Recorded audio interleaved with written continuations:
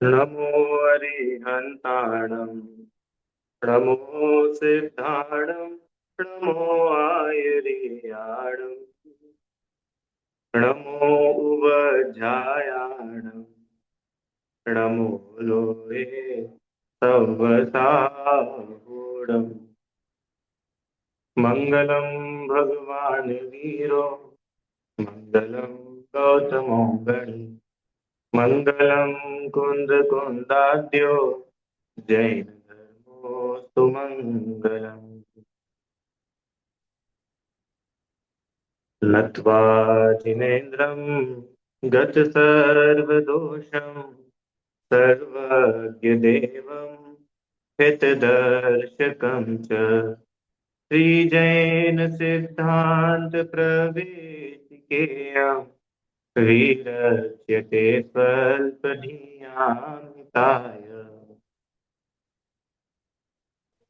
पंडित गोपाल दास जी वरैया द्वारा रचित श्री जैन सिद्धांत प्रवेशिका का हम लोग स्वाध्याय कर रहे हैं, जिसमें जीव द्रव्य का स्वरूप चल रहा है। जीव किस किस प्रकार से संसार में भ्रमण करता है, ये पंच परावर्तन कैसे होते हैं, इनको हम लोग देख रहे थे। कल तक हम लोगों ने द्रव्य, क्षेत्र, काल, परावर्तन और नरक और तिर्यंच भव परावर्तन, इन दो की चर्चा की थी।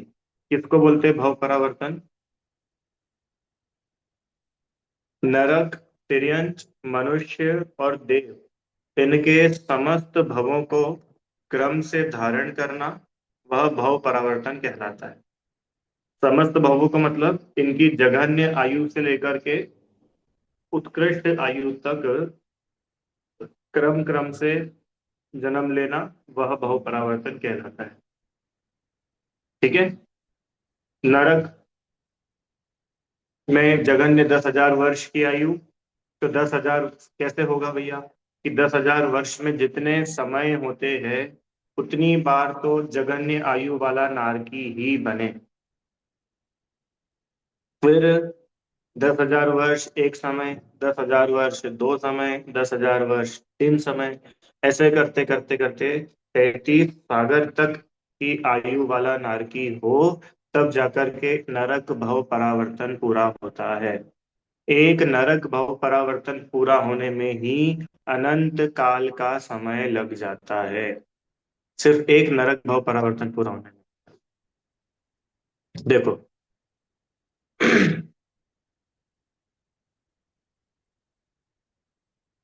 ये पढ़ा था ना अपन ने, बीच में अन्यत्र भव धारण किए उनकी तो कोई गिनती ही नहीं होती है।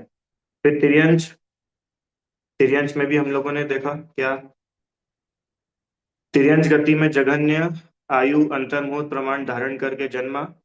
फिर जितनी जघन्य आयु है, कितनी अंतर्मुहूर्त, अंतर्मुहूर्त में जितने समय होते हैं उतनी बार तो जघन्य आयु वाला तिर्यंच होकर के ही जन्म ले। और फिर एक एक समय बढ़ता बढ़ता बढ़ता उत्कृष्ट 3 पल्य की आयु वाला तिर्यंच हो, तब जाकर के वह तिर्यंच भव परावर्तन पूरा करता है। बोलिए।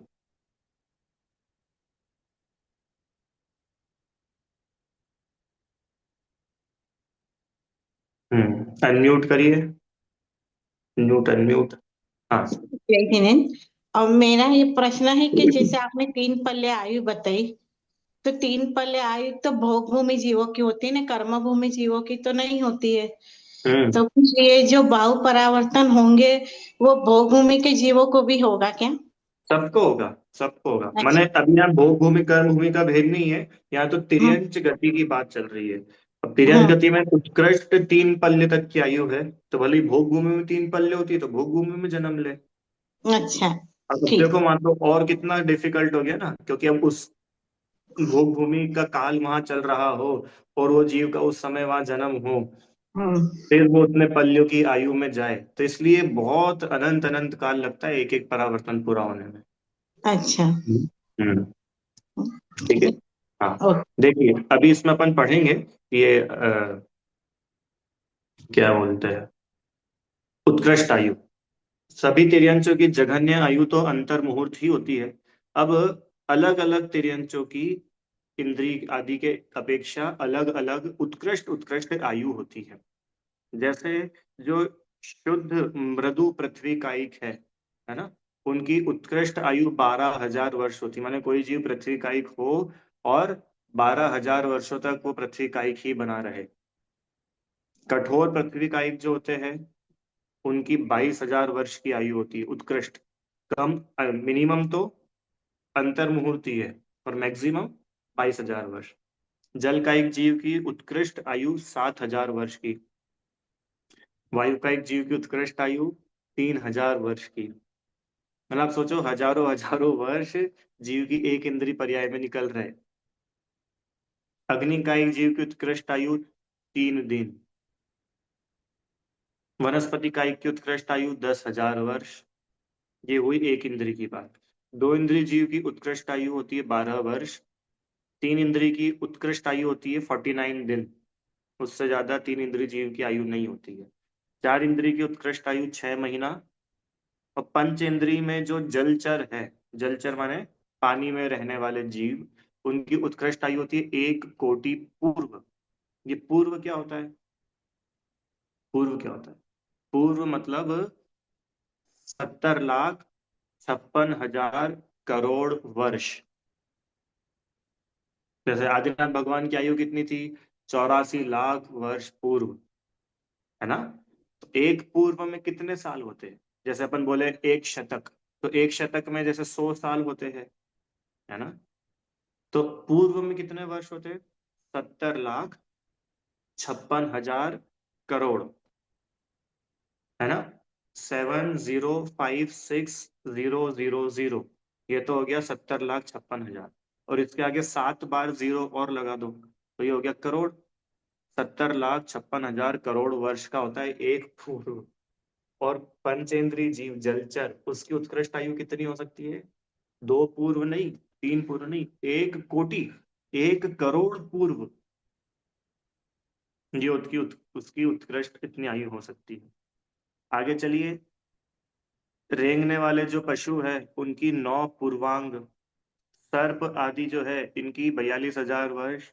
पक्षी 72,000 वर्ष। और चौपाए पशु जो पंचेंद्री में बड़े पशु होते हैं ना जितने, ये इनकी उत्कृष्ट आयु 3 पल्य की होती है। इस प्रकार उत्कृष्ट आयु की अपेक्षा तो तिर्यंचों में भेद है, पर जगन्य आयु सबकी कितनी है? अंतर्मुहूर्त। तो अंतर्मुहूर्त में जितने समय है उतनी बार तो अंतर्मुहूर्त की आयु वाला होकर के पैदा हो। और फिर जैसे जैसे आगे बढ़े तो वैसे वैसे बस। अब देखो जैसे मानो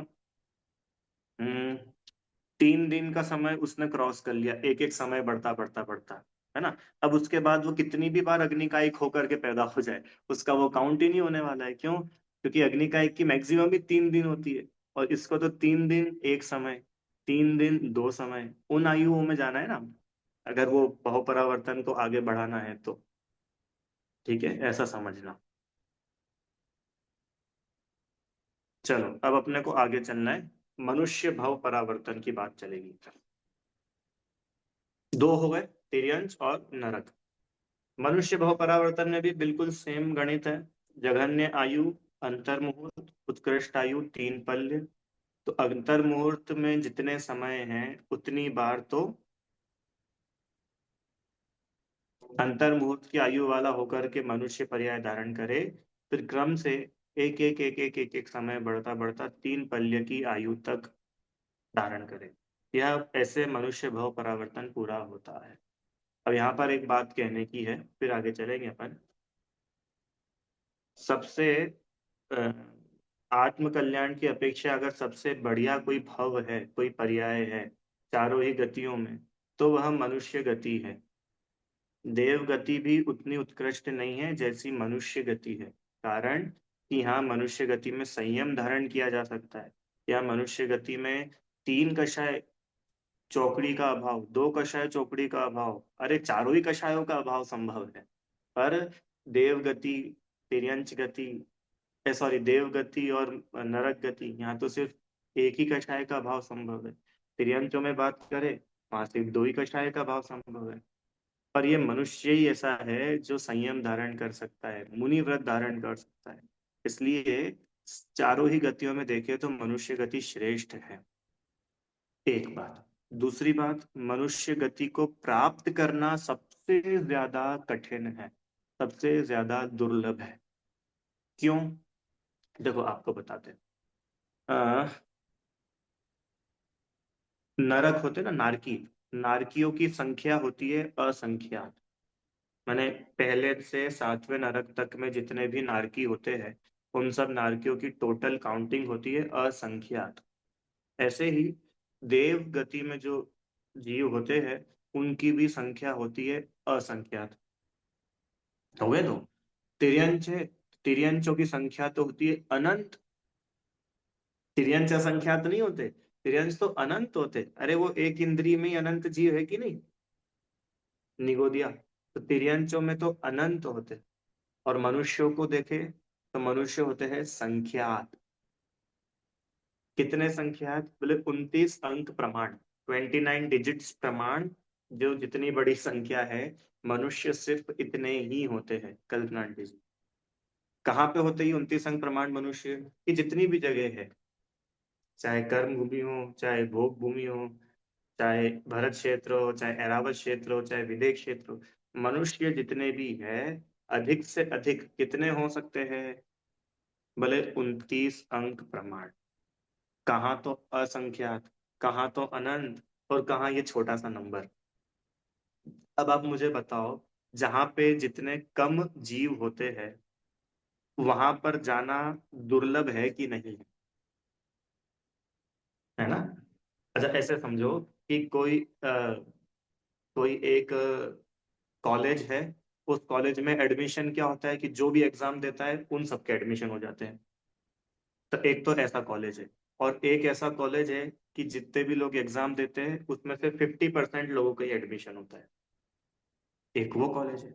और एक कॉलेज ऐसा है क्या, कि जितने लोग एग्जाम देते हैं, मान लो 1 लाख लोगों ने एग्जाम दी, तो 1 लाख लोगों में से सिर्फ 5 लोगों का एडमिशन होगा।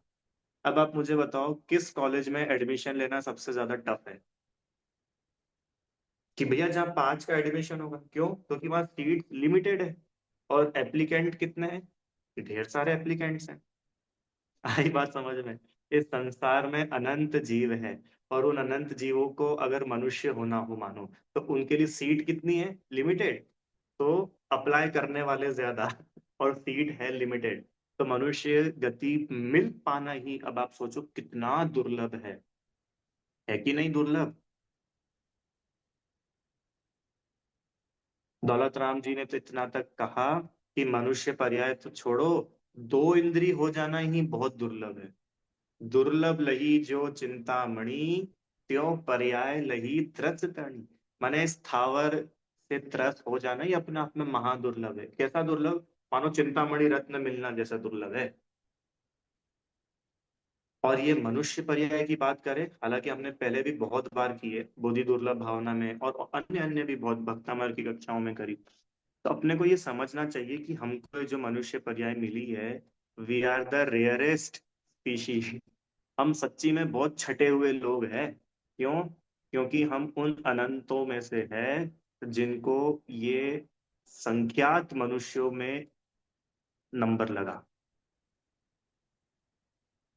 तो देखो, मनुष्य पर्याय मिलना, वो अपने आप में महा महा महा दुर्लभ है। और इतना दुर्लभ कि उसके लिए सच में बहुत पुण्य चाहिए, तब जाकर के कोई जीव ये मनुष्य गति, मनुष्य आयु, इन कर्मों को बांध पाता है। पापी जीव तो नरक तिर्यंच आयु बांधते हैं, उनके मनुष्य देव नहीं बनती। एक बात। दूसरी बात, कि भाई मनुष्य की आयु कम से कम कितनी होती है? तो बोले कम से कम तो वही होती अंतर्मुहूर्त। और उत्कृष्ट बोले 3 पल्ले। अब कल मैंने आप लोगों को एक नियम की बात की थी, क्या? कि हम आत्महत्या नहीं करेंगे। ठीक है? तो कुछ लोगों के मेरे पास में मैसेज आए कि भैया हम नियम लेते हैं कि हम नहीं करेंगे। बहुत अच्छी बात है। आज एक नियम और। तो भैया ये बढ़िया है, आप रोज रोज नए नए नियम देते रहते हो, तो अच्छी बात है, दिक्कत क्या है उसमें? सुनो दूसरा नियम। दूसरा नियम ये है कि हम किसी की हत्या नहीं करेंगे। ठीक है? ये नियम भी आप लोग ले सकते हो कि नहीं ले सकते? हम आत्महत्या भी नहीं करेंगे और हम किसी दूसरे की हत्या भी नहीं करेंगे। दूसरे की हत्या कि हाँ नहीं भैया, हम तो जैन है, हम लोग थोड़ी करते हैं। अरे हम लोग भी कर देते हैं। अच्छा सुनो, दूसरों की हत्या में मैं आपको सिर्फ मनुष्यों की बात कर रहा हूँ, अभी बाकी जीवों को हटाओ। क्योंकि वो बाकी जीवों की हिंसा अगर हमसे बन जाती है तो वो बात नहीं। हम कम से कम मनुष्य की तो हत्या नहीं करेंगे। पंचेंद्री जानबूझ करके तो हम किसी की हत्या नहीं करेंगे। बुद्धि इतना तो अपन ले सकते कि नहीं। अभी देखो ये मनुष्य पर्याय ही अपने आप में कितनी दुर्लभ है, अभी अपन ने बात करी। अनंत जीवों में कुछ संख्यात जीव ही मनुष्य हो पाते हैं। और कोई मनुष्य हो जीव, कोई जीव गर्भ में आए और गर्भ में आकर के उसको मरवा देना, अबॉर्शन करा देना, ये क्या है? ये हत्या ही तो है। समझ में आया? कभी अबॉर्शन करना नहीं, कराना नहीं, किसी को अनुमोदना नहीं करना, ये महापाप है, पंचेंद्रीय जीव की हत्या है, छोटा मोटा पाप नहीं है।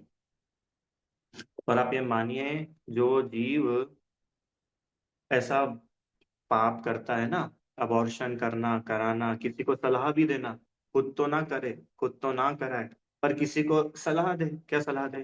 तुम करा लो, तुम करा लो। वो बोल रहे हैं ऐसा पाप बनता है, अनेकों अनेकों जन्मों तक वह जीव माता पिता को देखने को तरस जाता है। सिंपल गणित है, बिल्कुल करना नियोग का, इसमें कोई वो बात नहीं है। भाई आपने आपने एक जीव की हत्या की है, बहुत बड़ा पाप है। अपने को क्या लगता है कि किसी ऐसे चलते फिरते व्यक्ति को मार डालना ही बड़ा पाप है? अरे वो तो बड़ा पाप है ही, पर जो गर्भ में पल रहा था वो संघी पंचेंद्रिय जीव, और उसको हमने क्या कर दिया? मार डाला। क्यों मार डाला? देखो, हो जाए वो अलग बात है ना, भी कुछ एक्सीडेंटल हो गया, वो जीव की आयु ही उतनी थी, दैट इज डिफरेंट, उसकी बात नहीं कर रहे। पर यहाँ तो बुद्धिपूर्वक, बुद्धिपूर्वक मतलब क्या? कि हमको भोग तो सारे भोगने हैं, और उन भोगों का जो परिणाम है हमको वो एक्सेप्ट नहीं करना है। महापाप है। आगे अनेकों अनेकों जन्मों तक वह जीव बच्चों को तरस जाता है, बच्चे मिलते नहीं है। आप ये मत सोचो कि ये एक जन्म ही एक जन्म है, रॉली आंटी जी। ये लाइफ, इसके बाद में अगली लाइफ भी होती है। यहाँ हम जैसे शुभ अशुभ कर्म करते हैं, आगे हमको उन शुभ अशुभ कर्मों का फल मिलता है, पक्के में मिलता है। इसके लिए ये दूसरा नियम, क्या दूसरा नियम? कि हम किसी की हत्या नहीं करेंगे, ना भ्रूण हत्या करेंगे, ना ऐसे सामान्य भी किसी की हत्या के बारे में सोचेंगे। भाई भाई को मरवा देता है, एक नेता दूसरे नेता को मरवा देता है।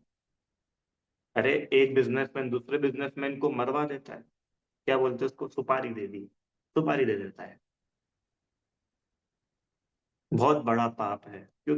पाप इसलिए वो बड़ा है कि एक तो वो उतनी दुर्लभ पर्याय किसी जीव को मिली, और आपने उससे उसके उस पर्याय को छीना है। आपको आ रही कि नहीं बात समझ में? बंदे के लिए, इसलिए कभी ऐसा नहीं करना। अपन लोगों को तो कम से कम बिल्कुल ऐसा नहीं करना चाहिए। और भाई बिल्कुल चिंता नहीं करना, वो जो बच्चा आ रहा है वो अपना भाग्य लेकर के आ रहा है। अभी हम लोगों ने इतना सब पढ़ा ना। क्या? क्या पढ़ा था अपन ने? वो श्लोक पढ़ा था समय जी का। इस जगत में जितने भी जीव, उनका जीवन मरण सुख दुख वह सब अपने अपने कर्मोदय से होता है। मैं दूसरे का करता हूँ, ये तो अज्ञानी जनों का मोह है। पढ़ा था, याद आ रहा है आपको? 168 नंबर का कलश था शायद, समझदार जी। याद आया ना? तो भाई वो जो जीव आ रहा है, उसने पूर्व जन्म में कुछ पुण्य पाप किए थे कि नहीं किए थे? तो उस वो अपने उन पुण्य पाप का पैकेज लेकर के आ रहा है ना। तुम क्या है चिंता कर रहे हो? और देखो क्या गजब की बात है, वो जीव तो अपने पुण्य पाप का ही फल भोगने वाला है। हम उसको सुखी दुखी कर देंगे ऐसा है ही नहीं। पर ये जो मिथ्या मान्यता होती है ना, उस मिथ्या मान्यता से हम निरंतर कर्मों को बांधते रहते हैं। अपने को क्या लगा, अपन तो सुखी वैसे भी नहीं कर रहे किसी को। मनोरमा आंटी, कितनी सारी गाथाएं पढ़ी थी अपन ने बंध अधिकार की। हाँ, मैं मारता हूँ क्या? मैं दूसरों को मारता हूँ, मैं दूसरों को दिलाता हूँ। सब आयु से जीवित रहे, यह बात जिनवर ने कही। तुम मार कैसे सकोगे जब आयु दे सकते नहीं। सब जीव अपनी आयु से जीते हैं, सभी अपनी आयु से मरते हैं। तो मैं किसी को मार दूं, मैं किसी को जिला दूं, भाई कैसे हो सकता है? क्यों? क्योंकि तुम ना उनका आयु कर्म ले सकते हो, ना तुम उनको आयु कर्म दे सकते हो। तो वो जीव अपने पुण्य पाप के उदय से, अपने आयु कर्म के, अपने पूर्व कृत कर्मों के उदय से उसका जीवन चलेगा। हम लोग बिल्कुल भी इस कर्तृत्व में ना दबे, क्या कि मुझे इसका ध्यान रखना पड़ेगा। मुझे अभी देखो भैया, अगर ये एक और ये क्या बोले, हाँ हमसे इतनी जिम्मेदारियां नहीं संभालेगी, हम नहीं संभाल पाएंगे, क्या होगा क्या होगा, अरे इतनी महंगाई है, आपको क्या मालूम। अरे भाई वो सब जीव अपना भाग्य लेकर के आते हैं। तुम बिल्कुल चिंता मत करो। और अगर तुम अफोर्ड नहीं कर सकते हो तो फिर भोग भी मत करो। बिल्कुल स्पष्ट बात है। और अगर आप भोग रहे हैं और उसके फल को आप स्वीकार नहीं कर रहे हैं तो ये बहुत बड़ा अपराध है। ये कुछ नैतिकता की बातें बतलाई मैंने आपको। तो रही बात मनुष्य पर्याय की, तो वो तो सच में बहुत दुर्लभ है। माया ना, यदि अवसर चूका तो भव भव पछताएगा। फिर काल अनंत अरे, दुख का घन छाएगा। यह नर भव कठिन महा, किस गति में जाएगा। और नर भव भी पाया तो जिन श्रुत नहीं पाएगा। कब तक? कि अनगिनती जन्मों में, अनगिनती कल्पों में, कल्प मतलब वो 20 कोड़ा कोड़ी सागर, नहीं मिलेगा मनुष्य पर्याय मिलना दुर्लभ है। अमीर गरीब की तो बात छोड़ो, राजा रंक की बात तो छोड़ो, दुबला पतला की बात तो छोड़ो। क्या बोल रहे हैं आभा आंटी जी? मनुष्य पर्याय मिल जाना वो बहुत दुर्लभ है, क्योंकि सबसे कम होते हैं मनुष्य। तो ऑफ मतलब तिर्यंच हो जाना बड़ा सरल है। क्यों? अनंत होते हैं। वहां तो बहुत सीट है। नारकी देव हो जाना बहुत सरल है, हर कोई जीव स्वर्गवासी होना चाहता है। हो जाता है नहीं? क्यों? आपको अपने फोटो में क्या लिखवाना है नाम के आगे? स्वर्गवासी लिखवाओगे। आप भले लिखवाओ नहीं लिखवाओ, घर वाले तो लिख ही देंगे। पर हर कोई क्या सोचता है? स्वर्गवासी, स्वर्गवासी। तो बोल रहे स्वर्ग में जाना भी बड़ा सरल है। क्यों सरल है? क्योंकि वहां भी असंख्यात सीट है। नरकों में जाना भी सरल है, वहां भी असंख्यात सीट है। और मनुष्य हो जाना सबसे ज्यादा दुर्लभ है, क्योंकि यहाँ सिर्फ संख्यात सीट ही है। एक बात। और दूसरी बात कि कोई जीव इतनी दुर्लभता से मनुष्य पर्याय को पा रहा है और अंतर मुहूर्त में चला गया। सोचो। अब मैं वो मनुष्य भाव परावर्तन की थोड़ी आपको भाषण करा रहा हूँ। बीना आंटी जी, कोई जीव ने मनुष्य पर्याय धारण करी, इतनी दुर्लभ मनुष्य पर्याय, और जघन्य आयु अंतर मुहूर्त और चला गया। अंतर मुहूर्त से एक समय भी ज्यादा नहीं, ओनली अंतर मुहूर्त। फिर वापस से मनुष्य पर्याय धारण करे, कितनी? सिर्फ असंख्यात वर्ष, सॉरी सिर्फ अंतर मुहूर्त वाली। फिर फिर अंतर मुहूर्त की आयु वाला मनुष्य हो। फिर अंतर मुहूर्त की आयु वाला मनुष्य हो। फिर अंतर मुहूर्त की आयु वाला मनुष्य हो। कब तक? असंख्यात बार। फिर उसके बाद कि फिर अंतर मुहूर्त और एक समय की आयु वाला मनुष्य हो। अंतर मुहूर्त और 2 समय की आयु वाला मनुष्य हो। 3 समय की आयु वाला मनुष्य हो। आप सोच रहे हो कितना बड़ा, माने कोई जीव गर्भ में आए और पता भी चले ना कि कोई जीव गर्भ में आया है, उतने में कितने सारे अंतर मुहूर्त निकल गए।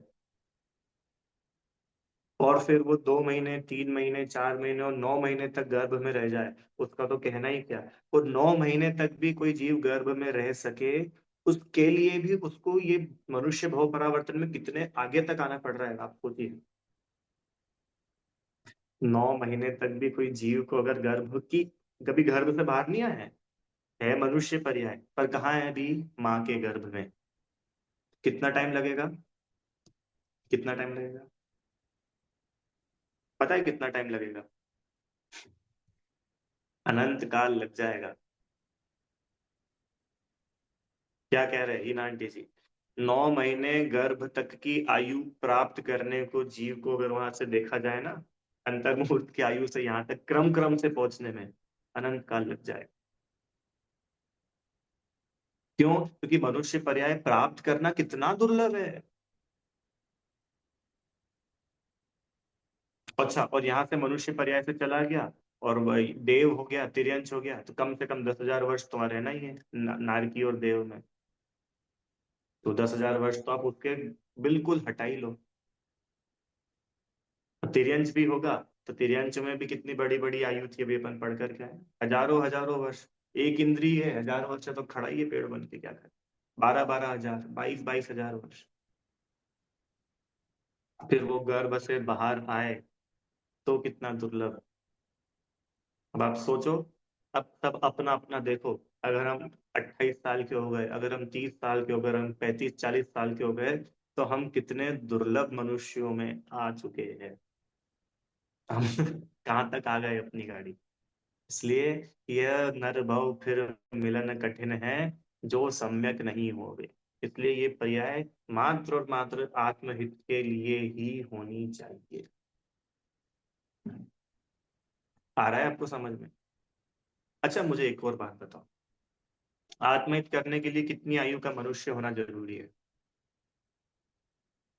मिनिमम अंतर्मुहूर्त है, मैक्सिमम 3 पल्ले है। तो आप लोग क्या चाहते हो, मतलब आपका क्या सोचना है कि भैया अगर किसी जीव को अपना आत्म कल्याण करना है मनुष्य पर्याय में, तो उसको कम से कम इतनी आयु तो मिलनी ही चाहिए। हाँ, बोलो। 8 वर्ष।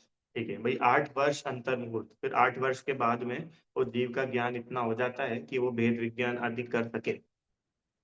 तो आप में से कोई 8 वर्ष से छोटा बैठा है क्या यहाँ पर? नहीं। श्रुति दीदी, आपका बेटा कितने साल का ये? ऐसे ही बता दो। लो, ये बच्चा भी 9 इयर्स का है। ठीक है। माने अपने में से कोई भी ऐसा नहीं है जो 8 वर्ष या उससे कम का भी हो। इसके लिए अब जो जितना समय पर्याय का बचा है, पूरा का पूरा मात्र काम एक आत्मार्थ नो, दूजा नहीं मन रो। और कोई दूसरी बात मन में हो नहीं, मात्र एक आत्महित, आत्म कल्याण। तो आपको लगेगा कि भैया क्या आप आत्म कल्याण के पीछे पड़े रहते हो, जब देखो तब आत्मा। क्यों? जीव द्रव्य पढ़ रहे वहां तो आत्मा तो समझ में आया, कुछ भी पढ़ रहे सब जगह आत्मा आत्मा आत्मा आत्मा। कि भाई बात ही ऐसी है, आत्मा को भूल करके ही हम दुखी हो रहे हैं, और आत्मा को पहचान कर ही हम सुखी होंगे। आज होना हो तो आज मान लो, 10-20 भव बाद होना हो तो 10-20 भव बाद मानना, या अनंत काल बाद होना हो, तो बात तो ये ही है क्या, कि भूल आपको भरमतवादी, जीव अपने आप को भूल करके भटक रहा है। कोई दूसरा मेरे को भटका रहा है, जड़ कर्म घुमाता है मुझको। ये मिथ्या भ्रांति, ये तो अपनी मिथ्या भ्रांति है। ये हम अपने आप को भूले हुए हैं, स्वरूप को भूले हुए हैं, खुद रागी द्वेषी होते हैं, तो हम संसार में भटक रहे हैं। आ रही बात समझ में जय श्री आंटी जी? कौन घुमा रहा है अपने को संसार में? कर्म घुमा रहे हैं कि नहीं? ये कर्म नहीं होते तो अपन थोड़ी घूमते। तो ये कर्म नहीं घुमा रहे हैं, इन कर्मों को हम इनवाइट कर रहे हैं। अच्छा, मुझे बताओ, जहाँ सिद्धालय में सिद्ध भगवान विराजमान है, उस जगह पर कर्म है कि नहीं है? अरे वहां भी है। 3 लोक में ऐसा एक प्रदेश नहीं है जहां पर कर्म ना हो। वो जीव क्षेत्र परावर्तन में जो उस जगह जाकर के भी जन्म मरण कर रहा है, वो भी कर्म बांध रहा है कि नहीं बांध रहा है? वहां भी निगोदिया जीव रहते हैं। बराबर। तो वो कर्म सिद्ध भगवान को क्यों नहीं बंध रहे, जबकि सिद्ध भगवान भी उसी जगह है जहाँ निगोदिया जीव है।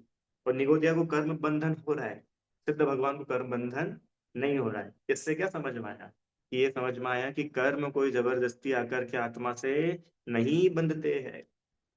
कर्म ने कराया, कर्म ने कराया, तो ये बात टोटल गलत है। हुआ कैसे? कि मैंने किया, उसकी जिम्मेदारी मेरी है। और मैं अगर अपने अज्ञान को छोड़ूंगा तब ही इन कर्म बंधन से मुक्त हो पाऊंगा। आपको आ रही है कि नहीं बात समझ में? ये मनुष्य भाव परावर्तन की बात चल रही है भाई। मनुष्य गति के दुखों की तो चर्चा की नहीं है, क्या चर्चा करे, वो तो अपन सब लोग भुगत भोगी है उसके। क्यों? इस मनुष्य पर्याय में कोई दुख कम है क्या? कल्पना आंटी जी, ये मनुष्य पर्याय में दुख कम है क्या थोड़े? थोड़ा सा भी जागृत उपयोग हो ना, तो पता चले कि हम कितने दुखी हैं। वो जो बेहोशी में जी रहा है उसकी तो बात ही क्या करें। हम्म। अभी मैं बाहर के दुख बताऊं आपको, बाहर के मतलब जिसको दुनिया दुख बोलती है, पढ़ाई लिखाई। बाकी की तीन गतियों में पढ़ाई लिखाई नहीं होती है, उनको स्कूल नहीं जाना पड़ता। और अकेली पढ़ाई लिखाई नहीं, और पढ़ाई लिखाई के पीछे इसकी फीस, भैया क्या बता कितनी फीस है। लाखों लाखों रुपए तो आजकल KG1 नर्सरी प्राइमरी में लग जाते हैं बच्चों के। बड़ा दुख है, बड़ा दुख है। तो ये दुख है कि नहीं है? किसके दुख है? ये मनुष्य पर्याय के दुख चल रहे हैं।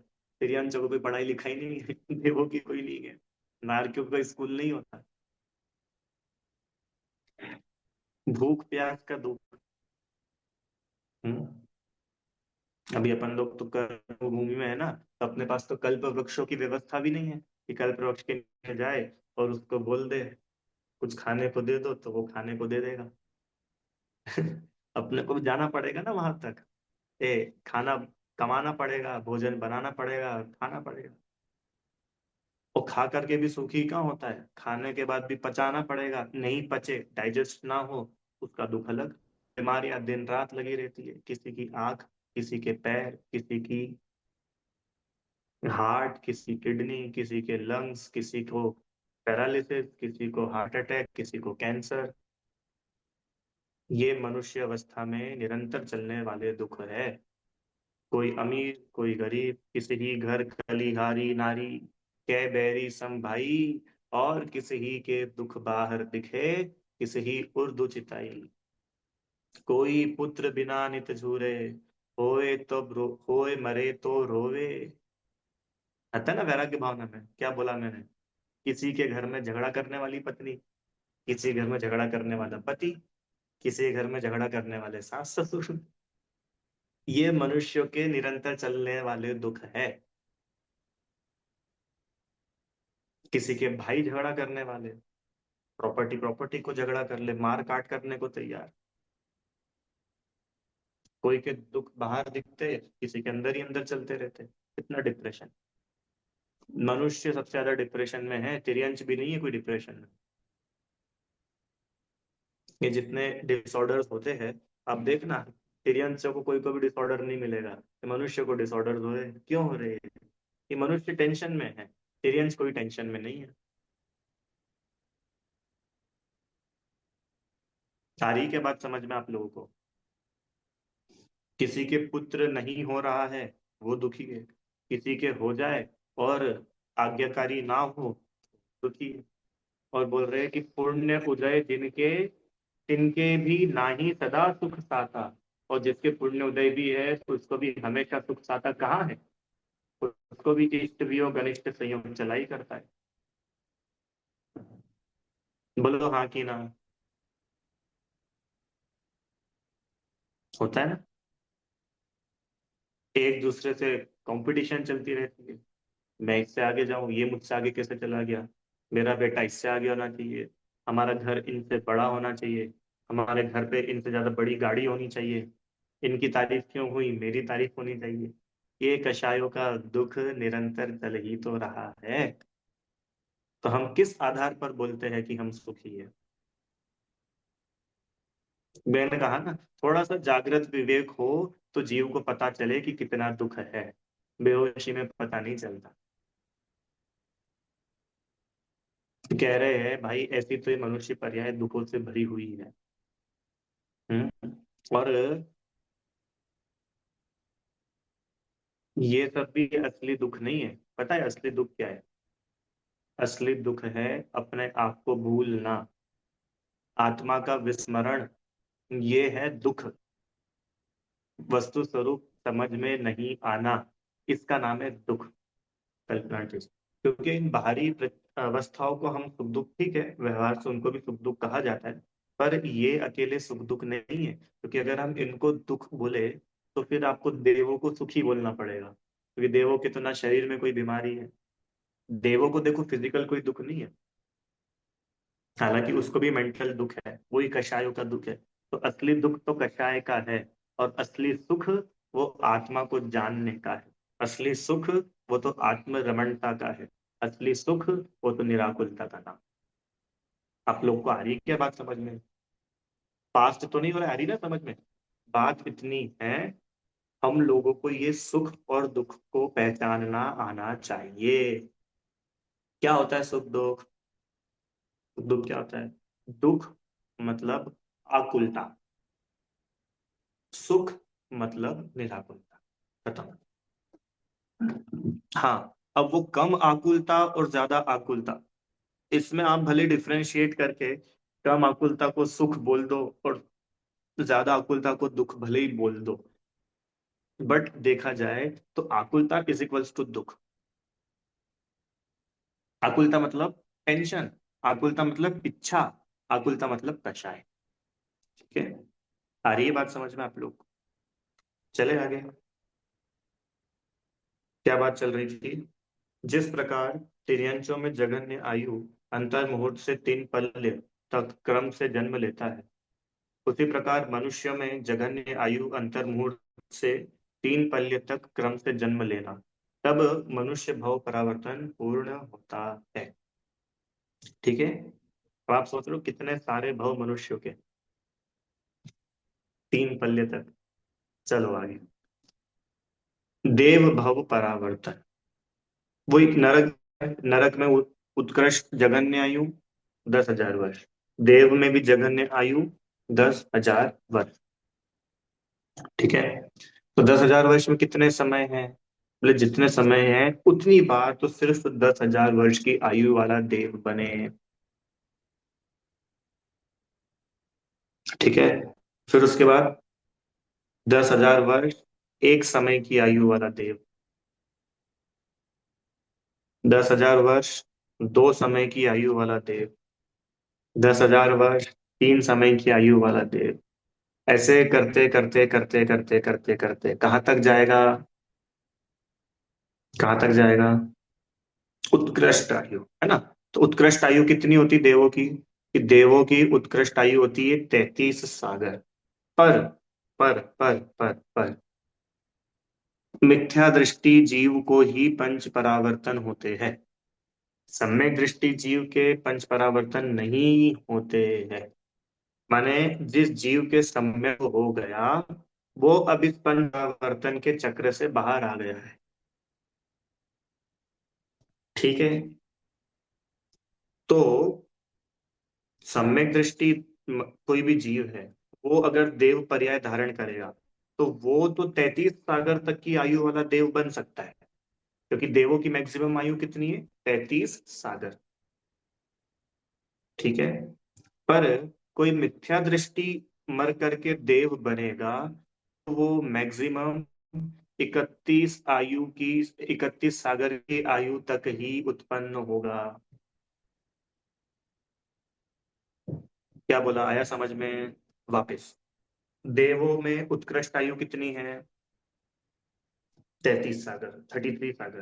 पर ये पंच परावर्तन की बात चल रही है ना, तो पंच परावर्तन किसके होते हैं? सम्यक दृष्टि के कि मिथ्या दृष्टि के? बोले मिथ्या दृष्टि के। सम्यक दृष्टि तो इन परावर्तनों के बाहर हो गया है, वो तो भगवान बनने वाला है। ठीक है ना? तो मिथ्या दृष्टि है इस रेस में जो शामिल। अब जो मिथ्या दृष्टि अगर देव पर्याय भी धारण कर रहा है तो वो 31 सागर की आयु तक ही उत्पन्न होता है, उसके ऊपर की आयु सम्यक दृष्टि जीव ही धारण कर सकते हैं। तो 31 आयु तक सिर्फ मिथ्या दृष्टि ही होते हैं क्या? कि नहीं, ऐसा नहीं है, सम्यक दृष्टि भी हो सकते हैं, मिथ्या दृष्टि भी हो सकते हैं। पर मिथ्या दृष्टि अगर मैक्सिमम जाएगा तो 31 सागर की आयु तक ही उत्पन्न हो सकता है। उसके आगे अगर कोई देव पर्याय में उत्पन्न हो रहा है तो वो नियम से सम्यक दृष्टि ही हो रहा है। और भाव परावर्तन मिथ्या दृष्टि के ही होते हैं, सम्यक दृष्टि के नहीं होते। इसलिए 31 सागर तक ही आयु ली है। नरकों में ऐसा नहीं है।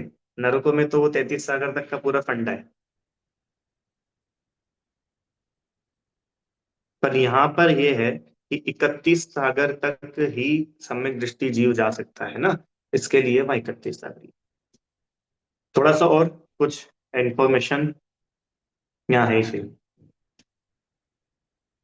नौवे ग्रहवेग में अधिकतम आयु 31 सागर की होती है, और उसके ऊपर जो 9 अनुदिश और 5 अनुत्तर विमान होते हैं, उनमें 31 सागर से एक समय अधिक अधिक अधिक, ऐसे उन सबका अलग अलग वो है कि किसकी कितनी उत्कृष्ट आयु होगी। ऐसे फिर 33 सागर तक वो सर्वार्थ सिद्धि की आयु होती है। अब आपको कुछ लाइन याद आ रही हो। मुनि व्रत धार अनंत बार, ग्रीवक उपजायो, तै निज आत्म ज्ञान बिना सुख लेश न पायो, अंतिम ग्रीवक लो की हद, पायो अनंत बिरियापद, पर सम्यक ज्ञान न लादो। ये 6 ढाला की पंक्तियां है। मैंने वहां पे ये बतलाया कि ये जीव ग्रैविक, ग्रैविक क्या होता है भैया? ग्रैविक पता है आपको क्या होता है? मेरे पास इसमें है नहीं 3 लोग का नक्शा,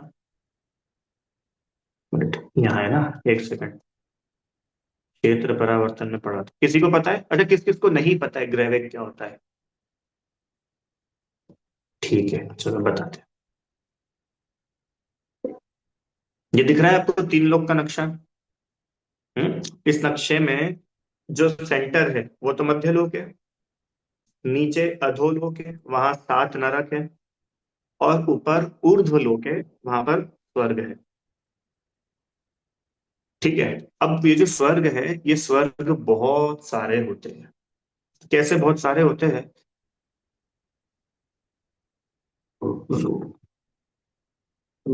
अरे वाह, क्लियर इमेज है, देखो। आपने ये सुना होगा 16 स्वर्ग। 16 स्वर्ग मतलब ये इन स्वर्गों का लेवल होते हैं। क्या लेवल होते हैं? कि सबसे पहले तो होते हैं 16 स्वर्ग। ये 16 पेयर में होते हैं, तो 8 और 8। देखो यहाँ दिख रहा है, पहला सौधर्म, फिर ईशान, सानत कुमार, महेंद्र। ये 4 तो आप पंच कल्याणक वगैरह में आपने कभी देखा होगा, तो इसे इंद्र होते हैं ना, स्वर्गों के रिप्रेजेंटेटिव्स, ये लोग आते हैं। फिर उसके बाद में पांचवा, छठा, सातवां, आठवां, 9, 10, 11, 12, 13, 14, 15, 16, ये 16 स्वर्ग होते हैं। इन 16 स्वर्गों के ऊपर 9 ग्रहवेग होते हैं, क्रम से। 9 ग्रहवेग। पहला ग्रहवेग, दूसरा ग्रहवेग, तीसरा ग्रहवेग, चौथा ग्रहवेग, पांचवा, छठा, सातवां, आठवां, नौवां। इस 9वें ग्रहवेग तक मिथ्या दृष्टि जीव भी जन्म ले सकता है।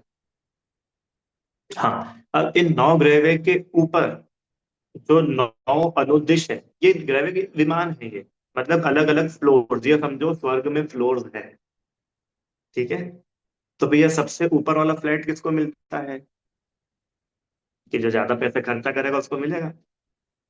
नीचे का फ्लैट सस्ते में मिल जाता है, और ऊपर का फ्लैट हो तो उसके तो बहुत पैसा चाहिए ना। तो ऐसे ही ऊपर ऊपर के स्वर्ग में जाने के लिए अधिक अधिक विशुद्धि चाहिए, अधिक अधिक उस जाति के परिणाम चाहिए, तो वो जीव ऊपर ऊपर के स्वर्ग में जाता है। और 9वें ग्रहवेग तक तो मिथ्या दृष्टि जीव भी चला जाता है मंद कषाय से। पर 9वें ग्रहवेग के ऊपर के जितने स्वर्ग है, 9 अनुदिश विमान है, 5 अनुत्तर विमान है, यहाँ पर सिर्फ सम्यक दृष्टि जीव ही जन्म लेते हैं। ठीक है। तो अब ये सम्यक दृष्टि अब आया ना समझ में, ग्रहवेग और अनुत्तर अनुदिश क्या है। अब ये जो सम्यक दृष्टि है, ये तो इस परावर्तन के चक्र से बाहर ही है। और अभी अपन बात चल रहे हैं, किसकी बात चल रही है? पंच परावर्तन वाले जीवों की। तो ऑब्वियसली मिथ्या दृष्टियों की बात होगी। तो मिथ्या दृष्टि मैक्सिमम कहाँ तक जा सकता है? तो बोले 9वें ग्रहवेग तक जा। तो भी 9वें ग्रहवेग की कितनी आयु होती है? 31 सागर। 31 सागर से एक समय अधिक आयु वाला तो अनुदिश में होगा। माने अनुदिश की मिनिमम आयु होती है 31 सागर प्लस 1 समय। ऐसा समझो। आए समझ में? 9वें ग्रहवेग की उत्कृष्ट आयु ग्रेविक की उत्कृष्ट आयु 31 सागर, उसमें +1 कर दिया तो ऊपर वाले स्वर्ग की जघन्य आयु आ गई, क्योंकि वहां से उसकी आयु वाले देव शुरू हो जाएंगे। ठीक है ना। तो इसलिए 5 अनुत्तर और 9 अनुदिश में मिथ्या दृष्टि का जन्म नहीं होता। और चूंकि बात परावर्तन की चल रही है, इसलिए यहाँ उत्कृष्ट आयु में 33 सागर न लेकर के कितना लिया, कितना लिया, 31 सागर। ठीक है। चलो,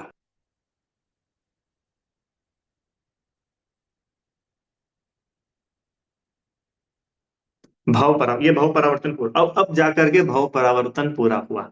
नरक, तिर्यंच, मनुष्य और देव क्रम से सबसे जघन्य आयु से उत्कृष्ट आयु तक जीव जाकर के जन्म ले ले। अब जाके क्या हुआ, ओनली एक भव परावर्तन पूरा हुआ। और एक भव परावर्तन पूरा होने में कितना टाइम लगता है, बोले इतना टाइम लगता है कि उसमें अनंत काल परावर्तन हो जाते हैं। एक काल परावर्तन पूरा होने में कितना टाइम लगता है, इतना है कि उसमें अनंत क्षेत्र परावर्तन पूरे हो जाते हैं।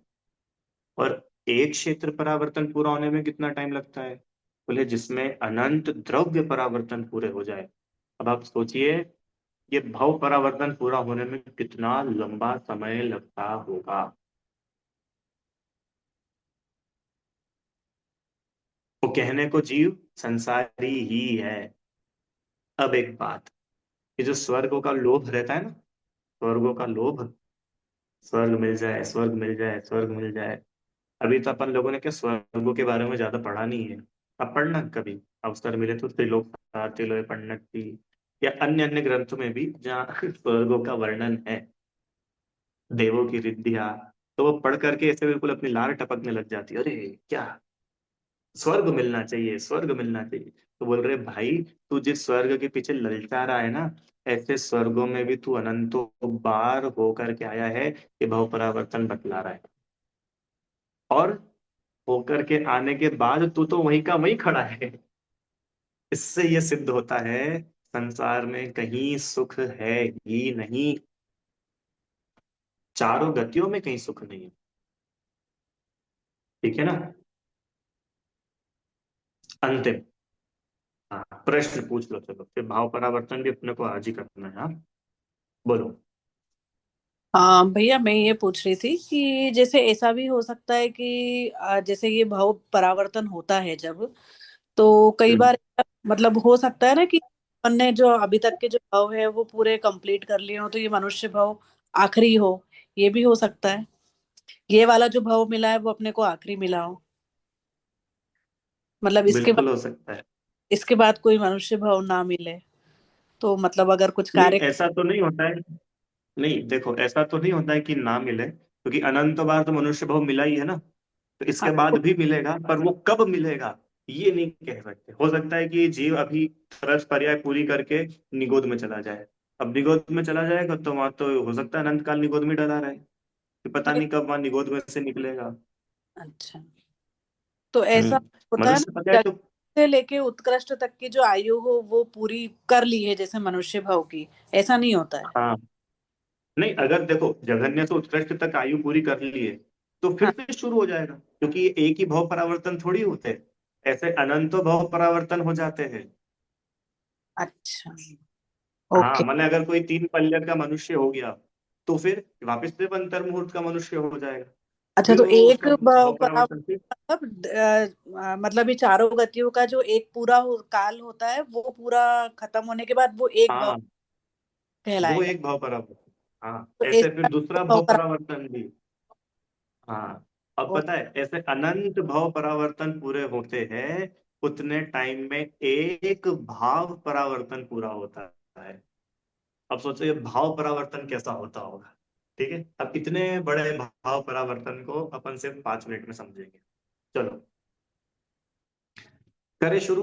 भाव परावर्तन क्या है, देखो अब ये भाव परावर्तन का ऐसे रिलेटेड है, आप ही बताओ जल्दी। भावों से, सिंपल नाम में लिखा है, भाव परावर्तन भावों से रिलेटेड है। हम लोग भाव करते कि नहीं करते, करते हैं ना। अच्छे भाव बुरे भाव सभी करते रहते हैं। तो बस उन्हीं भावों की यहाँ पे बात है। शब्द जरूर थोड़े कठिन कठिन यहाँ पर आपको स्क्रीन पे दिख रहे होंगे, पर अपने को नहीं, सिंपल है, सब समझ में आएगा। और आप लोग ध्यान से सुनना, एक बार मैं पूरा पढ़ता हूँ।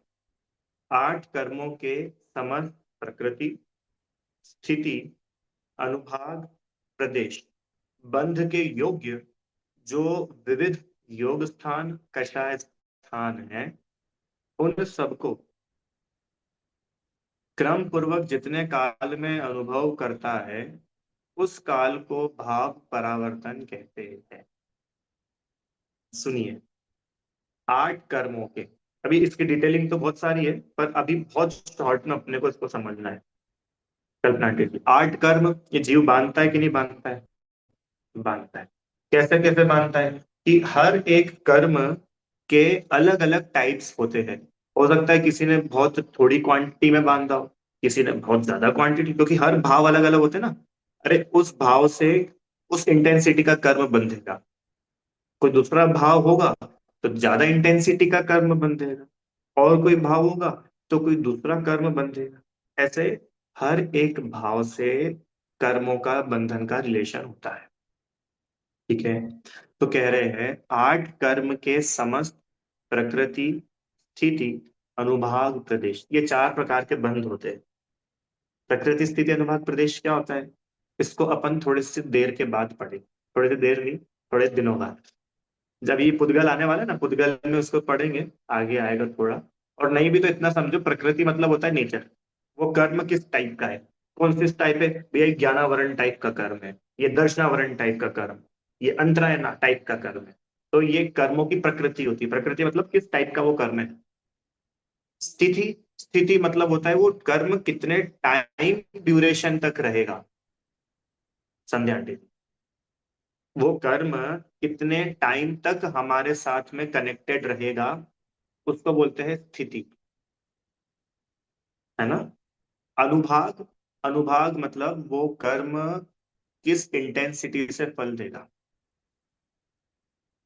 वो अनुभाग। और प्रदेश, प्रदेश मतलब वो किस हिसाब से हमारे आत्मा से बंधेगा, उसका बंधन कैसे क्या होगा, है ना। कितनी क्वांटिटी में कैसे क्या वो आत्मा से आकर के बंधेगा, वो कहलाता है प्रदेश बंध। तो ये चारों ही प्रकार के बंध होते हैं। वो कह रहे हैं भाव परावर्तन, कि जीव कोई भी भाव करता है, और वो भाव 2 प्रकार से होते हैं, योग स्थान और कषाय स्थान। योग स्थान मतलब आत्म प्रदेशों का परिस्पंदन, और कषाय मतलब अनंतानुबंधी और ये सब जो चारों है, ये क्रोधमान माया लोभ आदि, ये सब 25 कषाय, 9 कषाय, इनसे कर्मों का बंध होता है। अब इसमें है तो बहुत ज्यादा डिटेल में, पर इतना डिटेल में अपन नहीं समझ के, देखो सिर्फ इतना समझते हैं कि ये भाव परावर्तन एग्जैक्टली होता क्या है। तो बहुत सारा दिया हुआ है, पूरा प्योर करना नहीं हो गया ये। हम्म,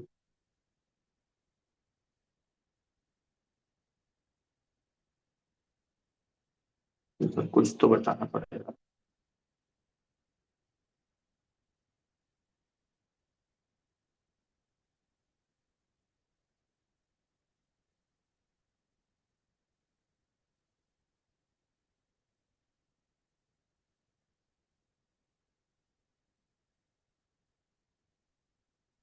देखो सुनो, स्थिति से समझो। ये यहाँ सामने लिखा है, यहीं से अपन पढ़ते हैं। कोई भी एक कर्म को लेके पढ़े अपन। मान लो मोहनीय कर्म, ये एक टाइप का कर्म है। प्रकृति, प्रकृति होगी मोहनी। अब ये मोहनी कर्म की स्थिति, स्थिति मतलब कि वो जो मोहनी कर्म है, वो कितने टाइम तक आत्मा से बन सकता है, मिनिमम और मैक्सिमम। तो यहाँ पर उदाहरण मानो, जैसे 100 वर्ष की स्थिति, यह एक प्रकार हुआ, मतलब वो कोई भी एक रैंडम कर्म है, वो कर्म जीव ने बांधा। तो जीव ने उस कर्म को बांधते टाइम जो भाव किए थे, उन भावों के हिसाब से वो कर्म कैसा बनता, कि भैया वो 100 वर्षों तक वो कर्म तुम्हारे साथ लगा रहेगा, तुमने इस टाइप का भाव किया था। ठीक है, इतना समझ में आया। अब दूसरी प्रकार की स्थिति क्या हो सकती है? 100 वर्ष प्लस एक समय। वो एक नया टाइम है। वो प्लस एक समय की स्थिति के लिए कोई दूसरा भाव होगा, क्योंकि वही सेम भाव दूसरी स्थिति का कर्म नहीं बंधा सकता। ऐसे ही 100 वर्ष प्लस दो समय की स्थिति के लिए कोई दूसरा भाव चाहिए। 100 वर्ष प्लस तीन समय की स्थिति के लिए कोई अलग भाव चाहिए। ऐसे बोल रहे हैं कि किसी कर्म को जीव ने बांधा कितने लिए, कि 101 वर्ष के लिए, और 100 वर्ष मिनिमम होता है। ये एग्जाम्पल है, 100 और 101 नहीं है, सिर्फ एग्जाम्पल है। तो आप मुझे बतलाओ नीता दीदी, कि 100 वर्ष से लेकर के 101 वर्ष की ड्यूरेशन के लिए अगर कोई जीव कर्मों को बांधता है, उसमें कितने टाइप्स के भाव हो जाएंगे? है ना, असंख्यात भाव हो जाएंगे। क्यों? क्योंकि उनमें असंख्यात समय होते हैं। कितना सिंपल। अब 100 वर्ष, 101 वर्ष, अब 102 वर्ष की स्थिति के लिए और असंख्यात टाइप्स के भाव होंगे। अब न जाने वो भाव जीव कब करेगा, कैसे करेगा, होंगे कि नहीं होंगे। और अभी तो अपन सिर्फ एक स्थिति को ही समझ रहे हैं कि वो, मान लो वो कर्म है, वो 100 साल तक आत्मा से लगेगा, पर वो फल देते टाइम कैसे फल देगा? उसका फल बहुत माइल्ड होगा या उसका फल बहुत तेज होगा? वो भी तो डिपेंड करता है ना। तो वो अनुभाग, वो माइल्ड फल के लिए अलग टाइप का भाव चाहिए, तेज फल मिले, उसका फल बहुत तीव्र मिले, उसके लिए अलग टाइप का भाव चाहिए। राइट। तो कह रहे हैं कि ये स्थिति जो हमने 100 101 वर्ष बताई है ना, ये तो सिर्फ उदाहरण है। अब देखो स्थितियां कितनी कितनी होती है। ज्ञानावरण कर्म की स्थिति, 5 प्रकार के ज्ञानावरण होता है, मति ज्ञानावरण, शुद्ध ज्ञान, कितनी होती है? 30 कोड़ा कोड़ी सागर। मतलब मतलब ये कि मैक्सिमम कोई जीव के ज्ञानावरण कर्म, एक कर्म, सिंगल कर्म हो, बहुत सारे नहीं, एक ज्ञानावरण कर्म जीव अगर बांधे, तो मैक्सिमम वो कर्म उसके साथ में कितने टाइम तक रहेगा? आभंटे, वो उसको बोलते हैं स्थिति। है ना, कितने टाइम तक रहेगा वो कर्म? बोले ज्ञानावरण कर्म मैक्सिमम रहता है 30 कोड़ा कोड़ी सागर तक। ये 30 कोड़ा कोड़ी सागर क्या होता है? क्या होता है कि एक अवसर्पिणी काल निकल जाए, एक उत्सर्पिणी काल निकल जाए, और फिर से एक अवसर्पिणी काल निकल जाए। इतना लंबा टाइम तक कोई जीव के वो कर्म साथ में रह सकता है। समझ में आया? साथ में रह सकता है मतलब इतने लंबे टाइम तक वो फल दे सकता है। मतलब फल नहीं दे रहा ऐसा नहीं है, फल भी चल रहा है उसका, उसका फल इतने लंबे टाइम तक चल सकता है। Can you imagine? ज्ञानावरण कर्म का फल मैक्सिमम कितने टाइम तक जीव को मिल सकता है एक कर्म का? 30 कोड़ा कोड़ी सागर तक। स्थिति किसको बोलते हैं? कि जितने टाइम तक वो कर्म फल देगा। और फल देगा मतलब वो तो आत्मा से संबंधित है ना, अभी बंधन है तभी तो फल मिल रहा है उसको। आप लोग को थोड़ा बहुत कुछ क्लिक हुआ? ज्ञानावरण कर्म, ज्ञानावरण कर्म क्या करता है? ज्ञान गुण का आवरण, ज्ञान गुण का घात करता है। अधिकतम 30 कोड़ा कोड़ी सागर तक उसका कंटिन्यू उदय चल सकता है, ये बोल रहे हैं। दर्शनावरण कर्म 30 कोड़ा कोड़ी, अंतराय 30 कोड़ा कोड़ी, ओहो, मोहनी 70 कोड़ा कोड़ी। ये 70 कोड़ा कोड़ी थोड़ा सा फेमस है, शायद आप लोगों ने पहले सुना होगा। मोहनी कर्म 70 कोड़ा कोड़ी सागर। तो ये है 70 कोड़ा कोड़ी, मैंने 70 कोड़ा कोड़ी, 10 20 30 तो गए, वो तो हिसाब ही नहीं चल रहा है। 1000 2000 लाख 2 लाख नहीं, कौड़ा कोड़ी सागर। कितने कोड़ा कोड़ी सागर रोली आंटी जी? 70 कोड़ा। अब सोचो 70 कोड़ा कोड़ी सागर की स्थिति, ये तो एक हुई। 70 कोड़ा कोड़ी सागर -1 समय, ये दूसरी स्थिति हुई, क्योंकि उससे कम समय की भी स्थिति हो सकती है ना। ये तो मैक्सिमम बताई। 70 कोड़ा कोड़ी सागर -2 समय, ये एक स्थिति हुई। अब आप मुझे बताओ 69 कोड़ा कोड़ी सागर तक कितने टाइप के भाव होते होंगे? और फिर वो 69 कोड़ा कोड़ी सागर -1 समय, -2 समय, ऐसे करते करते 68 कोड़ा कोड़ी सागर। आप लोग का है समझ में? कल लिखा था ना अपन ने कोड़ा कोड़ी पेपर में, 70 के आगे 14 जीरो, वो हो गए 70 कोड़ा कोड़ी। और सागर माने इतने इतने कर्म जीव बांध लेता है अपने परिणामों से, अपने भावों से। अब सोचो वो उन भावों को होने में कितना कितना टाइम लगता होगा। कितना टाइम मतलब कि जरूरी नहीं है कि मैंने अभी कोई भाव कर्म भाव किया तो वो एग्जैक्ट मेरे को +1 समय की स्थिति वाला भाव कर्म बंधा रहा हो। तो ऐसे पूरे 70 कोड़ा कोड़ी तक के कर्म बंधे, वो तो सिर्फ मोहनी ही अकेला, एक एक समय एक एक समय एक एक समय। ऐसा ही आठों ही कर्म, दर्शन, ये तो देखो अभी 16 कक्षाएं ये चारित्र मुनि में आ गए, 16 कक्षाएं 40 कोड़ा कोड़ी, अरति शोक भय जुगुप्सा नपुंसक 20 कोड़ा कोड़ी, स्त्रीवेद 15 कोड़ा कोड़ी। सब सागर चल रहा है ये, और अंतिम क्या है? हास्य रति और पुरुष वेद, ये 10 कोड़ा कोड़ी सागर। ये तो सिर्फ 4 घाती कर्मों की बात हुई है, फिर 4 अघाती कर्म भी है।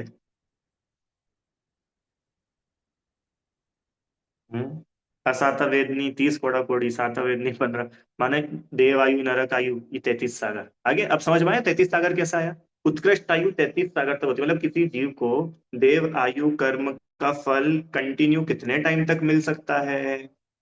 बोले 33 सागर तक, तो कितनी आयु होती है? मनुष्य आयु तिर्यंच आयु का फल मैक्सिमम कितने टाइम तक मिल सकता है? 3 पल्ले तक, है ना? अभी गोत्र में 10 और 20 के आगे का क्या है, उसमें प्रिंट नहीं हुआ है, मैं एक बार देख करके आपको बताऊंगा। किसी को बताओ तो अभी हाल बता दो, तो अपन कल पढ़ेंगे। गोत्र कर्म भी होता है ना, उच्च गोत्र नीच गोत्र, ये समझ लेंगे अपन एक बार। तो कुल मिला के ऐसा है कि इतनी इतनी कर्मों की स्थितियां होती है साधना टीज में ना, इतने इतने टाइम तक मैक्सिमम कोई कर्म फल दे सकता है। तो कर्म जितने ज्यादा टाइम तक फल देगा, उतने उतने उन कर्मों के होने योग्य भाव भी तो होंगे। तो ऐसा तो है नहीं ना कि एक ही भाव वो अलग अलग टाइप से फल दे। ऐसा हो सकता है जैसे मैंने एक भाव किया, तो उस भाव से मेरे को ज्यादा फल भी मिल जाए और कम फल भी मिल जाए, ज्यादा टाइम तक भी फल मिल जाए कम टाइम तक, ऐसा नहीं होगा ना भाई। अगर ज्यादा टाइम तक के लिए फल मिलेगा तो उसके लिए अलग टाइप का भाव होगा। कम टाइम के लिए अगर किसी कर्म का फल मिल रहा है उसके लिए अलग टाइप का भाव। तो, तो ये हुआ स्थिति बंध स्थान। किससे डर लगता है, भावों से कि कर्मों से? कर्मों से। अरे कर्मों से डरने की जरूरत नहीं है। क्यों? क्योंकि कर्म तो जड़ है।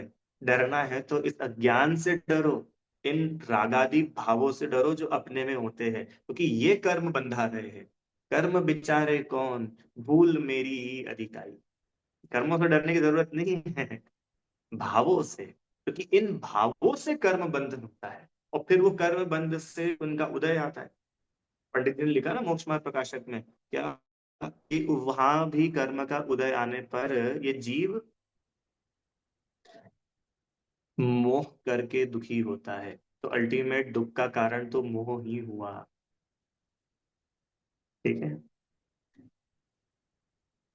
ये ऐसे सबका स्थिति बंद बताया है, बहुत शॉर्ट में अपन ने समझा। कुल मिला के इतनी बात समझने के लिए अपनी है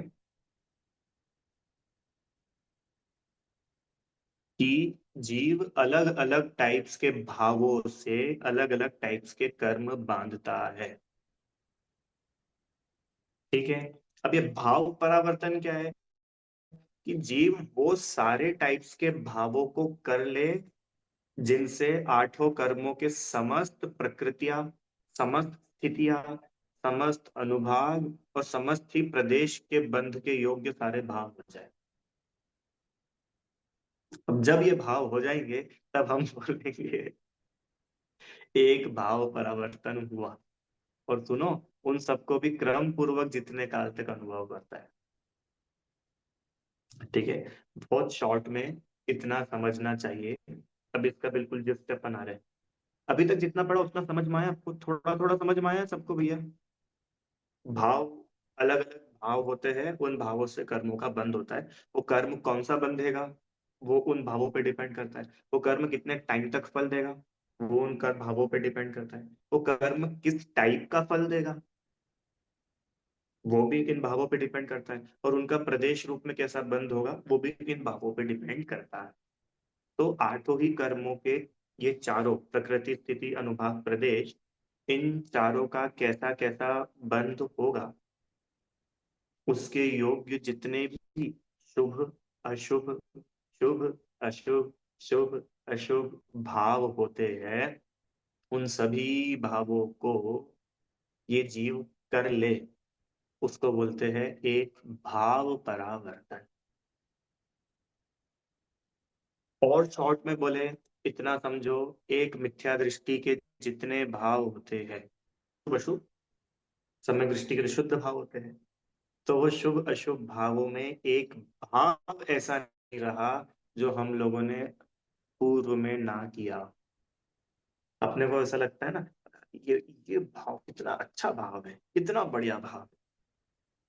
शुभ भाव में जो उपादेयता रहती है, वो उपादेयता यहाँ से छूट जानी चाहिए कि ऐसे शुभ भाव, तुम क्या शुभ भाव, इससे भी हाई क्वालिटी के शुभ भाव जीव अनंतों बार कर चुका है। इसलिए शुभ भावों में अटकना नहीं। क्यों? क्योंकि ये सारे भाव जीव यूं ही अनंत बार कर चुका है, ढेर सारी बार कर चुका है, इतने भाव परावर्तन पूरे हो चुके हैं। इसलिए कोई भी भावों को लेकर के ज्यादा उनमें उलझना नहीं। इतना मस्त मात्र समझना क्या, कि ये राग आदि भाव, ये कषाय आदि भाव, ये मेरा स्वभाव नहीं है। स्वभाव नहीं है, इसलिए ये मेरे करने योग्य नहीं, ये मेरा स्वरूप नहीं है। मेरा स्वरूप तो मात्र जानना देखना है। और शुद्ध भाव वो मेरा स्वरूप है, वो वीतरागता वो मात्र मेरा स्वरूप है। इसलिए इन रागादि विकल्पों में हमें एकत्व नहीं करना चाहिए। ठीक है।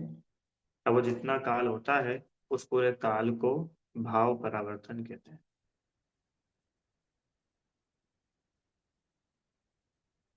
इसमें है, बहुत सारा है, पर अभी उतना अवसर भी नहीं है, और इसलिए इसको कभी बाद में करणान योग का कुछ स्वाध्याय करेंगे तब समझेंगे। बाकी अब आप लोग इतना समझो। यहाँ से एक बार आपको पढ़ के सुना देता हूँ। मैं पूछता हूँ प्रश्न, हाँ, 1 मिनट। अच्छा, 20 कोड़ा कोड़ी और 10 कोड़ा कोड़ी तक, ठीक है। गोत्र कर्म में जो अपने को डाउट था ना, तो गोत्र कर्म में अ, नीच गोत्र कर्म की उत्कृष्ट स्थिति 20 कोड़ा कोड़ी सागर है, और उच्च गोत्र कर्म की 10 कोड़ा कोड़ी सागर, ऐसा इन्होंने लिख के बताया। अब इस जघन्य स्थिति से एक समय अधिक की स्थिति के साथ पुनः यह प्रक्रिया दोहराई जाएगी। कौन सी प्रक्रिया दोहराई जाएगी? ये जितनी सब प्रक्रिया दे रखी है, ये पूरी की पूरी प्रक्रिया सिर्फ 1+1 समय की स्थिति के लिए कंप्लीट होती है। तो उसमें बहुत सारे कॉम्बिनेशन है, वो सारे कॉम्बिनेशन मिलेंगे तब।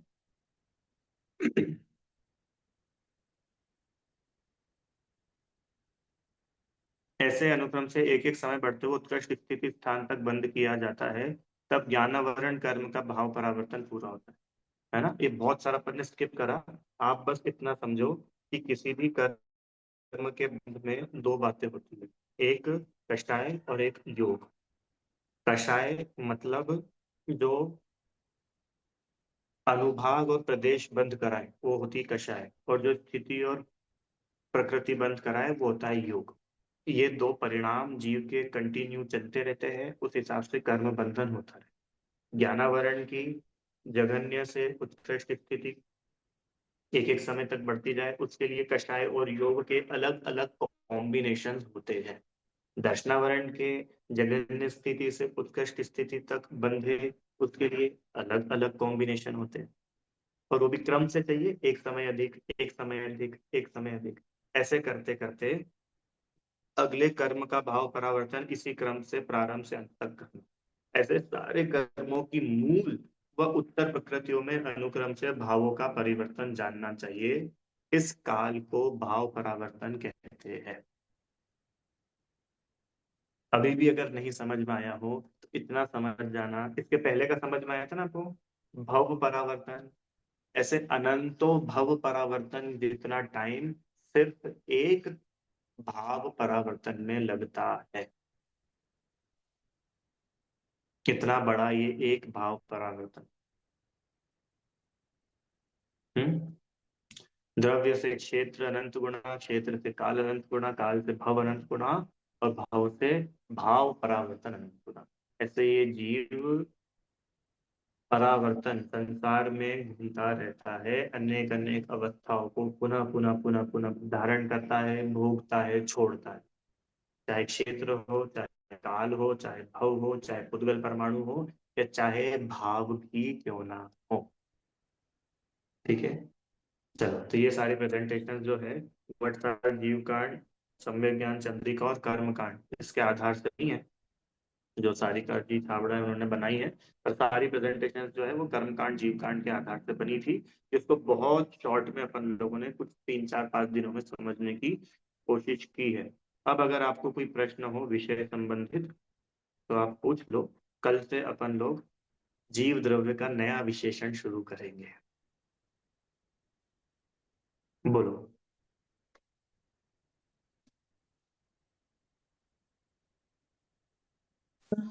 आवाज आ रही है? जी जी बोलिए। भैया मैं ये कह रही थी कि जो सम्यक दृष्टि नारकी होता है तो उसको होते हम्म। हैं परावर्तन या नहीं? सम्यक दृष्टि के किसी के नहीं होते हैं। सम्यक दृष्टि परावर्तनों से बाहर है। चाहे वो नारकी हो या कोई देव हो। तो सम्यक दृष्टि कितनी होगी? मैक्सिमम अर्ध पुद्गल परावर्तन में तो मोक्ष होना ठीक ठीक। है ना? तो अब जब अनंत पुद्गल परावर्तन होंगे, जब जाकर के एक क्षेत्र परावर्तन होगा, तो वो तो हम्म, अनंत द्रव्य परावर्तन क्या, वो तो सिर्फ आधे ही द्रव्य परावर्तन की जितने काल में तो उसको मुक्ति हो जाती है। ठीक है भैया। हम्म। पर वो काल भी अनंत काल है, ये हम्म। समझना चाहिए। ठीक है, बोलिए।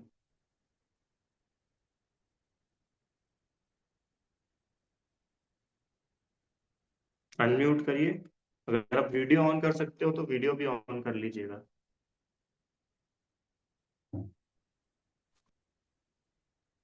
म्यूट हो गया। बोलो।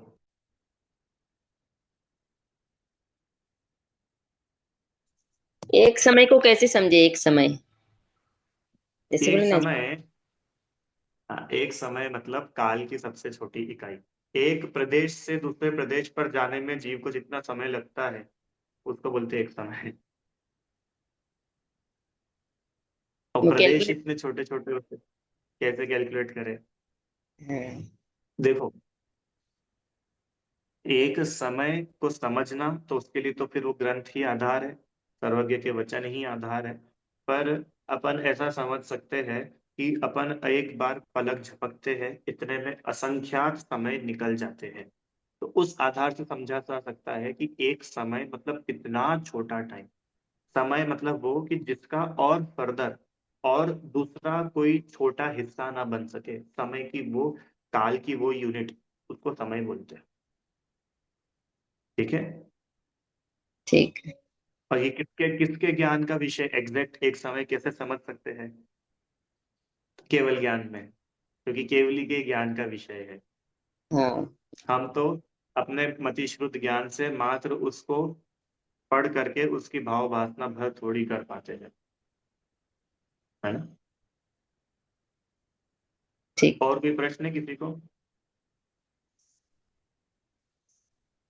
जिनवाणी स्तुति। हे जिनवाणी भारती, तो ही जपू दिन रैन, जो तेरी शरणा गए सो पावे सुख चैन। जहाँ वाणी के ज्ञान से सुझे लोकालो, सो वाणी मस्तक नमो सदा रे तुम दो।